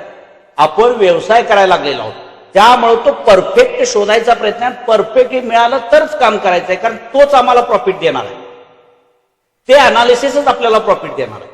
मग इथून समजा जर 1/5 म्हणजेच रिस्क आपली 1 असेल तर त्या प्रमाणामध्ये रिवॉर्ड आपल्याला हाई असलं पाहिजे. 1/5 याप्रमाणे रिस्क रिवॉर्ड आपला असला पाहिजे. स्टॉप लॉस जर समजा आपल्याला 1 रुपयाचा असेल तर त्याच्यामध्ये आपल्याला मिळणारं प्रॉफिट हे साधारणपणे 5 रुपयाचं प्रॉफिट मिळू शकतं, एवढं डिस्टन्स आपलं मोकळं पाहिजे. हे सगळंच्या सगळं घ्यायचं आहे का, नाही, पण ट्रेड घेण्यापूर्वी आपल्याला हे चेक करायचं आहे की मला इथून मिळणारं जे रिवॉर्ड आहे त्या रिस्कच्या तुलनेमध्ये जर 5 पटीने असेल तर माझा ट्रेड हा सक्सेस होण्याची प्रॉबेबिलिटी जास्त. माझा ट्रेड पण सर ते ओळखायचं कसं काय दे 1/5 एकाच पास तुम्हाला टूल आहे ना इथं, टूल घेतला आणि टूल मार्किंग केलं की तुमच्या लक्षात येणार ते. आता लक्षात घ्या इथं 1 1 2 3 4 आणि नाही, नाही, सर, हा नाही तो प्रश्न नव्हता. प्रश्न हा. हा होता की तिथपर्यंत प्राइस जाईलच असं कसं ठरवायचं. छोटा मध्ये धरायचं नाही. तुमचा होलसेल एरिया कुठं आहे? अच्छा, होलसेल एरियापर्यंत जाईल प्राइस असं. जाणारच. एकदा ट्रेंड तुमचा बुलिश ट्रेंड मध्ये सुरू झाला तर त्याचं मार्ग, आपलं म्हणणं कसं आहे लक्षात घ्या, इन्स्टिट्यूशनना बायन केल्यानंतर म्हणजे ते केलेत का नाही हे आपण चेक करणार आहोत. हे मोठी कॅन्डल ज्यावेळेला तयार होते ती कुठं तयार झाली? होलसेल एरियामध्ये तयार झाला. म्हणजे एक पार्ट झाला की इथं होलसेलरनी एंट्री घेतलेली आहे, एक पार्ट झाला. मग दुसरा पार्ट काय होणार आहे की इथून त्या हायर टाइम फ्रेमच्या झोन पर्यंत. आता लगेच एक लक्षात घ्या, तुम्ही ट्रेड घेतल्याबरोबर तिथं जाणार नाही हा. नाही तर तुम्ही मला सर सांगितलं लगेच 2-3 कॅन्डल टार्गेट केले, असं नाही होणार. ते तुम्हाला बाहेर काढायसाठी सुद्धा प्रयत्न करणार. भीतर आपल्याला त्याच्याशी लक्ष नाही. आपण जे फॉर्मेशन चेक केलेलं आहे त्याच्यावरती बघायचं. त्याच्या खाली जात नाही ना तोपर्यंत माझा ट्रेड बरोबर आहे. आणि रिस्क तुमची आणि हे 5 घ्यायचं नाही. हे का बघायचं आहे? एवढं जर डिस्टन्स तुमचं त्याच्याजवळ असेल, म्हणजे एरियामध्ये तुम्ही कुठल्या बाय करा, जिथं बाईंग येतंय त्या एरियामध्येच तुम्ही बाय केला. आणि त्याच्या अगोदर तुम्हाला खात्री कशी मिळालेली आहे? हे जे आपण फॉर्मेशन म्हटलं ना, डिमांड झोन किंवा सप्लाय झोन मार्क करतो, त्याच्यासाठी 6 कॅन्डल्स आपण धरल्या. ह्या 6 कॅन्डल्स का विचारात घेतल्या? तर या सर्वसाधारणपणे 6 कॅन्डल्सच्या दरम्यान ह्या इन्स्टिट्यूशनल इन्व्हेस्टर जे आहेत त्यांनी बाईंगला सुरुवात केलेली आहे. ती मोठी जी कॅन्डल आपल्याला दिसून येते, स्ट्रॉंग बुलिश कॅन्डल, ती कशाचं प्रतीक आहे? हे प्रतीक म्हणजे त्या बिग प्लेयरांनी खरेदी केलेल्या आहेत. रिटेलरनं खरेदी केले असेल तर तेवढे मोठे काय कॅन्डल तयार झालेली नसते. आधीमध्ये तयार होऊ शकते, परंतु ते तयार कुठं झाले? ज्या एरियामध्ये ऑलरेडी बायर त्या ठिकाणी थांबलेले आहेत त्या एरियामध्येच ती कॅन्डल तयार झालेली आहे. त्यामुळे ती इन्स्टिट्यूशनची खरेदी आहे असं आपण मानतो. आणि त्याच्या अगोदर बेस कॅन्डल बघितल्या. बेस कॅन्डल्स म्हणजे अक्युम्युलेशन किंवा ऑर्डर एकत्रित करायला चालू झालेल्या असतात. त्या जसं हे रिटेलर विकतील तसं शांतपणे बसून ते हळूहळू काय करत असतात? खरेदी करत असतात. आणि शेवटी एकदम ज्यावेळेला त्यांच्या क्वांटिटी पूर्ण होत असतात त्यावेळेला ते काय करतात? एकदम ऑर्डर प्लेस करतात. आणि त्याच्यामुळे डायरेक्ट काय होते? एकदम मोठी मुवमेंट त्याच्यामध्ये येते, त्यांची क्वांटिटी पडते आणि ब्रेकआउट झाला म्हणून त्याच्यात आणि पुन्हा काय होतात? नवीन रिटेलर त्याच्यामध्ये घुसतात आणि त्याच्यामुळे काय होतं? ती कॅन्डल होती मोठी. ती कॅन्डल होते मोठी. मग ती प्राइस जी असते लक्षात घ्या, ही जी प्राइस असते ना ती प्राइस काय होते? मोठी कॅन्डल तयार होते. काय होते? एक तर इन्स्टिट्यूशन बाहेरची क्वांटिटी पडल्या आणि जरासा ब्रेकआउट झाल्याबरोबर दिसल्याबरोबर जे नवीन रिटेलर आहेत आता प्राइस इथून वरती जाते. कारण तुम्ही ठरवलेलं आहे, तुम्हाला माहिती आहे की इथं आलं तर प्राइस होते आणि ब्रेकआउट वरती आपण एंट्री घेतो. रिटेलर परत त्याच्यामध्ये एंट्री करतात, त्यामुळे प्राइस काय होते? पटकन वर जातं. मग त्या ठिकाणी सुद्धा काय होतं? इन्स्टिट्यूशनल बायर जे आहेत त्याच्या पाठीमागचं लॉजिक संपतं. त्या बायरांच्या सर्वच्या सर्व ऑर्डर्स ह्या कंप्लीट झालेल्या नसतात. हा त्यातला महत्वाचा मुद्दा आहे. रिट्रेसमेंट वरती आपण जी एंट्री घेतो त्याचं कारण काय आहे? मोठी कॅन्डल आपण का बघितली लेगावो? तिचं अचिव्हमेंट का बघितलं? तर सलग जर या पद्धतीची कॅन्डल्स तयार झाल्या तर त्या ठिकाणी इन्स्टिट्यूशनल बायरनी किंवा बिग प्लेयरांनी एंट्री केलेली आहे. त्याच्यातून प्राइस वरच्या दिशेनं मुवमेंट करून गेलेली आहे. म्हणजे बिग प्लेयरांची एंट्री झाली. परंतु त्या बिग प्लेयरांच्या बरोबर रिटेल इन्व्हेस्टर आणि गुंतवणूकदारांनी सुद्धा त्याच्यामध्ये खरेदी केल्यामुळे त्या दोघांच्या खरेदीमुळे काय झालेलं आहे? प्राइस एकदम वरती जाते. आणि या मग बिग प्लेयर काय करतात? एका ठराविक रेंजच्या बाहेर जाऊन खरेदी करत नाहीत. मग पुन्हा ते काय करतात? वरती गेल्यानंतर खरेदी करत नाहीत, ते थांबतात. आणि पुन्हा प्राइस ज्या वेळेला त्यांच्यातील काही ऑर्डर्स ह्या काय झालेल्या असतात? शिल्लक राहिलेल्या असतात. आणि पुन्हा प्राइस ज्या वेळेला इथे येते त्यावेळेला त्या सगळ्या ऑर्डर्स, सगळ्या सिस्टीमला ऑर्डर त्या लावून ठेवलेल्या असतात. त्या फक्त हाईड असतात, आपल्याला दिसत नाही किंवा कुणाला पाहता येत नाही. पण त्या ऑर्डर्स त्या ठिकाणी काय केलेल्या असतात? लागलेल्या असतात. आणि ज्या वेळेला प्राइस पुन्हा तिथे येते त्यावेळेला पुन्हा प्राइस काय होते? ऍक्टिव्ह होते आणि प्राइस वरती जाते. त्यावेळेला त्यांनी म्हणजे जे तो खरेदी इन्स्टिट्यूशननं खरेदी केलेली जागा आहे त्याची तुम्ही वाट पाहत बसलेला आहात आणि तिथं प्राइस आल्यावर तुम्ही बाईंग केल्यानंतर प्राइस वरच्या दिशेनं मुवमेंट करते.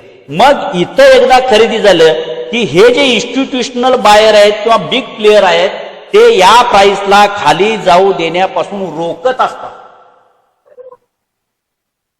तिथून काय होते, प्राइस वरच्या दिशेनं मुवमेंट व्हायला लागते आणि एकदा बाईंगच्या म्हणजे डिमांड झोनवरून किंवा होलसेल एरियातून प्राइस वरच्या दिशेनं मुवमेंट करायला लागले की तिचा प्रवास मग कुठं परतणार, ती जिथं सेलरांची ताकद वाढेल तिथं. मग सेलरांची ताकद वाढण्याची ताकद कुठं आहे, इथं यांना हरवण्याची ताकद रिटेलर इन्व्हेस्टरांच्या मध्ये आहे का? बिग प्लेयरांना मागं सारवण्याची ताकद त्या जे रिटेलर इन्व्हेस्टर मध्ये आहे का? त्यांच्यासाठी इन्स्टिट्यूशनलच पाहिजे. मग इन्स्टिट्यूशनल ते खाली येऊन सेल करणार नाहीत, ते कुठं करणार आहे, ते वाट पाहत आहेत आपल्याला या प्राइसला आलं तरच विकायचं आहे, नाहीतर नाही. त्या मोठ्या टाइम फ्रेमवरती आणि म्हणून प्राइस ज्यावेळेला इथे येते त्यावेळेला तिथून प्राइस खाली येते. म्हणून आपण बघायचं आहे काय, आपलं ही कन्सेप्टच आहे, लक्षात ठेवा. होलसेल डिमांड झोनवरून प्राइस सप्लाय झोन कडे जाते आणि सप्लाय झोन वरून प्राइस डिमांड झोन कडे येते. हा जो प्रवास आहे तिथं गेल्यानंतरच येतो. मग ट्रेंड तुम्हाला परफेक्ट का बघायचा आहे की डिमांड झोन जवळ आल्यानंतर ट्रेंड बुलिश झालेला आपल्याला पाहायला बघायचा आहे आणि मग त्याच्यानंतर इन्स्टिट्यूशनच्या काय बघायच्या आहेत, ऍक्टिव्हिटीज बघायच्या आहेत आपल्याला. आता एकच मिनिट,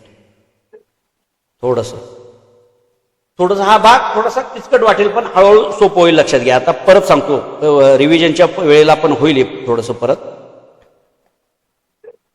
आता फक्त लक्षात ठेवायचा मुद्दा आता घ्या. इथून काय झालं, प्राइस आली म्हटलं, परत इथं आपला झोन तयार झाला आणि झोन नंतर इथं आपण प्राइस पुन्हा इथं आली, इथं एंट्री घेतली. इथून रिस्क रिवॉर्ड जे बघितलं आपण ते एकाच 5 जर असेल तर आपण ट्रेडला 2 मार्क्स देणार आहोत. आता गुण द्यायसाठी हे सगळे एकत्रित नंतर सांगताना तुमचा गोंधळ उडेल, त्यामुळे काय करायचं आहे मी तुम्हाला सांगतो. हे जे 2 गुण आहेत, हे 2 गुण कशासाठी देणार आहे मी, की एंट्री पासून रिस्क रिवॉर्ड जे आहे ते एकाच 5 इतक्या प्रमाणामध्ये आपल्याला दिसत आहे. म्हणजे होलसेल एरिया जो आहे तो ट्रेडची एंट्री घेतल्यापासून ते जे अंतर आहे ते एकाच 5 रिवॉर्ड मिळू शकेल एवढा अंतर. ते सगळं आपण घ्यायचं नाही, एकाच 2 घ्या, एकाच 3 घ्या, तुम्ही ट्रेडमधून बाहेर पडा. पण तुम्ही घेतलेला ट्रेड सक्सेस होण्याची ताकद कशामुळे वाढते, हे जर अंतर जास्त असेल तर बुलिश ट्रेंडची सुरुवात झालेली असेल तर तुम्ही त्या ट्रेडमध्ये चांगला सक्सेस तुम्हाला मिळू शकते. मग असं ज्यावेळेला रिस्क रिवॉर्ड तुम्हाला एकाच 5 दिसते त्यावेळेला तुम्ही त्याला काय देणार, 2 मार्क्स देणार. आणि समजा 5 पेक्षा कमी रिस्क रिवॉर्ड रेशो, एकाच 5 पेक्षा कमी म्हणजे 3 पेक्षा जास्त, 3 ते 5, एकाच 3 ते 5 या दरम्यान असेल रिस्क रिवॉर्ड रेशो, एकाच 3 बसतोय किंवा एकाच 4 बसतोय, याला आपण 1 गुण देणार. अजून ट्रेड आपण घेत नाही हे चेक करायला आपण ह्याला गुण द्यायला लागलोय, मग याचा गणित ठरवला, याला 1 गुण देऊ शकतोय आपण आपल्याला किंवा 2 गुण देऊ शकतोय. एकाच 5 टार्गेट आपल्याला दिसायला लागलेलं आहे. मग आपण त्या ठिकाणी काय करू शकतो, चला या ठिकाणी आपण 2 गुण याला देऊ शकतो. असे 7 स्टेप आपण बघितले, त्यातले आता बघितल्यात काय. आता परत एक लक्षात घ्या, त्याला 2 गुण दिले, अजूनही ट्रेड आपण घेतलेला नाही.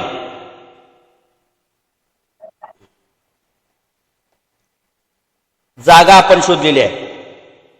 आता हा जो झोन आहे लक्षात घ्या, हा जो झोन आपण मार्क केलेला आहे, हा झोन मार्क करत असताना बेस कॅन्डलचा आपण सांगितलेला आहे, तुम्हाला सुरुवातीला सांगितलेला आहे. ज्या बेस कॅन्डल आहे ते आपण क्वांटिटी करणार आहोत. हा झोन मार्क करत असताना काय काय बघायचं बघा, क्वालिटी झोन आपण फाइंड आउट करतोय. एकदम चांगला झोन, चांगला ट्रेड कुठे मिळू शकतो त्याच्यासाठी आपण गुणांक करतोय. तर इथं काय झालं, हा झोन मार्क केलो आणि त्याच्यानंतर ज्या कॅन्डल बेस कॅन्डल आहेत त्या बेस कॅन्डल चांगल्या किती हो, बेस कॅन्डल किती असणं, लेग इन आणि लेग आउट कॅन्डलच्या मध्ये ज्या बेस कॅन्डल्स असतात त्या किती कॅन्डल्स असणं म्हणजे चांगलं. तो झोन म्हणता येईल आपल्याला? 1 या 2 असते सर, 1 कमीत ते कमी. 3च्या दरम्यान आपण मानू शकतो. 1 ते 3 पर्यंत जर कॅन्डल्स या मधल्या असतील बेस कॅन्डल, तर तो झोन हा खूप स्ट्रॉंग झोन आपण मानू शकतो. म्हणजे इन्स्टिट्यूशनच्या काही क्वांटिटी अजून तिथं त्या ठिकाणी काय आहेत, पेंडिंग आहेत ऑर्डर, त्यामुळे प्राइस तिथपर्यंत येण्याची शक्यता अधिक प्रमाणामध्ये आहे असा त्याचा अर्थ होतो. आता मग असं जर असेल म्हणजे 1 ते 3च्या दरम्यान जर ह्या बेस कॅन्डल असतील तर त्याच्यासाठी किती गुण देणार आपण? 2 गुण देणार. आणि समजा जर या 6 बेस कॅन्डल्स असतील, बेस कॅन्डल जास्त असतील, 3 पेक्षा जास्त आहेत, 6 आहेत, तर आपण काय म्हणू त्याला, किती गुण देऊ? 1 गुण देऊ. याचं कारण काय, जेवढ्या बेस कॅन्डल जास्त आहेत तेवढ्या त्या इन्स्टिट्यूशनल इन्व्हेस्टर किंवा बिग प्लेअरच्या ऑर्डर कंप्लीट झाल्यात असा त्याचा अर्थ. लक्षात आलं मी काय म्हणतो? लक्षात येते का बघा. जेवढ्या ह्या बेस कॅन्डल छोट्या असतील त्याचा अर्थ काय की इन्स्टिट्यूशनच्या ऑर्डर कंप्लीट होण्या अगोदरच मुवमेंट आली, म्हणजे रिटेल इन्व्हेस्टरनी सुद्धा त्याच्यामध्ये बाईंग केल्यामुळे मुवमेंट आली, आणि बाईंग केल्यामुळे मुवमेंट आल्यामुळे प्राइस वरती गेली, आणि वरच्या लेवलला इन्स्टिट्यूशन किंवा बिग प्लेअर जाऊन बाय करत नाही. ते आपल्या रेंजमध्ये येण्याची वाट पाहतात. जे ज्या ठिकाणी एका ठराविक रेंजमध्ये खरेदी करतात त्या ठिकाणी प्राइस पाहिजे असते. मग ते एनकेन प्रकारे काही करून रिटेल इन्व्हेस्टरला ट्रॅप करून का असना प्राइस पुन्हा काय करतात, खालच्या दिशेला घेऊन येतात.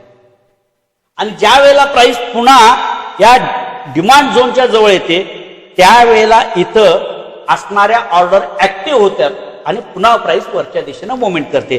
त्यामुळं इथं आपण बाईंगची पोझिशन घ्यायची. मग इथं 2 गुण कशाला देऊ आपण? जर 1 ते 3च्या दरम्यान जर बेस कॅन्डल असतील तर त्याच्यासाठी आपण 2 गुण देऊ, आणि जर त्या ठिकाणी 1 ते 6 या दरम्यान जर बेस कॅन्डल असतील तर त्याच्यासाठी आपण 1 गुण देऊ. याला टाइम म्हणतो आपण, किती टाइम मध्ये त्या इन्स्टिट्यूशनच्या ऑर्डर कंप्लीट झालेल्या आहेत हे बघण्यासाठी आपण त्या बेस कॅन्डलचा उपयोग करतो आपण. म्हणजे टाइम किती घेतला त्या ऑर्डर, तर जास्तीत जास्त 6 कॅन्डल्स पर्यंत त्यांचे ते काय होतं, व्यवहार पूर्ण करण्याचं एक लिमिट असतं, किंवा सर्वसाधारणपणे निकर्षाप्रमाणे की तेवढ्यामध्ये त्यांच्या ऑर्डर्स कंप्लीट होतात असा त्याचा अर्थ होतो. त्याच्या पलीकडे जाऊन आपण बाय करण्यामध्ये काही अर्थ नसतो, कारण ते बाईंग झालेलं कंप्लीट आहे असं समजून प्राइस वरच्या दिशेने जाण्याची शक्यता असते. इथपर्यंतचा भाग लक्षात आला का? म्हणजे गुण आपण कसं कसं देणार, ट्रेड घेण्या अगोदर आपण झोन कसे मार्क करणार. अजून चार्टवरती आपण जाणार नाही, आज जाणारच नाही, आज थेरीज झाली. आता थोडं मला थांबावं लागेल कारण माझा दुसरा एक प्रोग्राम करावा लागेल. इथपर्यंतचा भाग समजला का मला जरा सांगा. याच्यामध्ये जास्त किचकट न करता काही गोष्टी सोप्या करून सांगायचा प्रयत्न मी केलेला आहे. काय कोणाची शंका असतील तर 2 मिनिटात सांगा, म्हणजे मला जरा असं पुढचं टाइम हे करता. उद्या 8:30 आपला क्लास चालू करूया. सर लोअर टाइम फ्रेमचा जो झोन आहे ना, हा. तो हायर टाइम टच व्हायला पाहिजे किंवा असं काय नाही? नाही त्याच्या आतमध्ये जे हायर टाइम फ्रेम आहे ना, हायर टाइम फ्रेमच्या आत सुद्धा जो झोन आपल्याला दिसला, आता समजा खालून हायर म्हणजे आपण झोन मार्क करायला आणि प्राइस खालून वरच्या दिशेने म्हणजे ट्रेड कंटिन्यू आहे समजा बुलिश, त्यावेळेला काय कंडिशन असेल की ब्रेकआउट झाल्यानंतर आपल्याला हायर टाइम फ्रेमचा झोन मिळेल. बरोबर, रॅली बेस रॅली, बरोबर, म्हणजे हायर टाइम फ्रेमचा झोन मिळाला आपल्याला. मग त्याच्यावरती आपण जो झोन शोधणार सप्लाय झोन, तो माग कुठं घडलाय तो बघून आपण मार्क करणार वरचा सप्लाय झोन. बरोबर. आता रॅली बेस रॅलीचा झोन आपण कशाला मारला, हायर टाइम फ्रेमला मारला. त्यावेळेला जो झोन दुसरा तयार होईल तो झोन कुठं तयार होण्या, मग मुळात ट्रेंड आपल्याला बुलिशच आहे. बरोबर आहे ना, बुलिशच ट्रेंड आहे तिथं. बरोबर आहे. हायर टाइम फ्रेमचा पण ट्रेंड बुलिश आहे, इंटरमिडिएट टाइम बुलिश आहे. मग त्याच्यामुळे तो ब्रेकआउट जाऊन वरच्या साईडला नवीन झोन आपल्याला रॅली बेस रॅलीचा झोन तयार झालाय. तिथं प्राइस गेल्यानंतर वरून खाली आले तर त्या झोनच्या मध्ये सुद्धा झोन म्हणजे जो झोन आपण हायर टाइम फ्रेमचा मार्क केलेला आहे डिमांड झोन, त्याच्या आतमध्ये सुद्धा झोन तयार होऊ शकतो. ओके ओके ओके, तो चालतो. समजा काही काही वेळेला काय होतं, झोन एकमेकाच्या जवळ तयार होतात, चिकटून तयार होतात, म्हणजे छोट्या टाइम फ्रेमचे, बरोबर, छोट्या टाइम फ्रेमचे सुद्धा एकमेकाच्या जवळ तयार होतात. त्यावेळेला खालच्या मग हे दोन्ही झोनच आहेत. मग तो झोन जरी असला तरी खालचा जो झोन आहे आपल्याला तो इम्पॉर्टन्स आपण द्यायचा त्याला. कळालं सर. हा सर आता आपण लोअर बेस मध्ये जेव्हा बाय करतो हा लोअर टाइम फ्रेम मध्ये, बरोबर आहे, हा. तर तेव्हा त्याच्या टार्गेट HTF मधला सप्लाय झोन बघायची. अगदी बरोबर. की बरोबर ना? बरोबर बरोबर. ओके, ते म्हणजे तिथपर्यंत थांबायचं नाही. हा तिथपर्यंत समजू थांबायचं नाही आपण. त्याच्या अगोदर आपण त्याच्या पण आपण जे लावून बघणार ना रिस्क रिवॉर्ड ते तेवढं बसतंय काय बघायचं. एकाच पास म्हणजे ते टूल लावतो तुम्हाला दाखवतो उद्या टूल चार्टवरती आपण ते ड्रॅग करून बघायचं एकाच किती रिवॉर्ड बसतं. एकाच 5 बसतं, ते एकाच 5 बसतं, एकाच 7 बसतं. जास्त 5 पेक्षा जास्त बसत असेल तर तुमचा ट्रेड योग्य ठिकाणी तुम्ही खरेदी करता, योग्य जागेला कमी रिस्कवरती खरेदी करतात असा त्याचा अर्थ होतो. आता समजा सप्लाय झोन आणि मोठ्या टाइम फ्रेमचे हायर टाइम फ्रेमचे डिमांड झोन आणि सप्लाय झोन जवळजवळ जर असतील तर काय अर्थ लावाल तुम्ही सांगा मला प्राइसचा. नाही तर ट्रेड घ्यायला तुम्हाला जागाच मिळणार नाही. म्हणजे मार्केट साईडवेज असणार आहे. तर बाकीच्या गोष्टी आपण चर्चा करू त्याच्यावरती आणि परत. ओके चालेल. Okay sir. उद्या 8:30ला सर्वांनी शक्यतो अटेंड राहा. अगदी वेळेत चालू करूया आपण आणि हे करूया. तुम्हाला काय म्हणजे जरी राहिला तरी भाग सगळ्या गोष्टी कंप्लीट केल्याशिवाय कुठं जायचं नाहीये. Okay okay sir. धन्यवाद. शुभरात्री. Okay good night. एक्झिट घेऊ ना. ओके चला.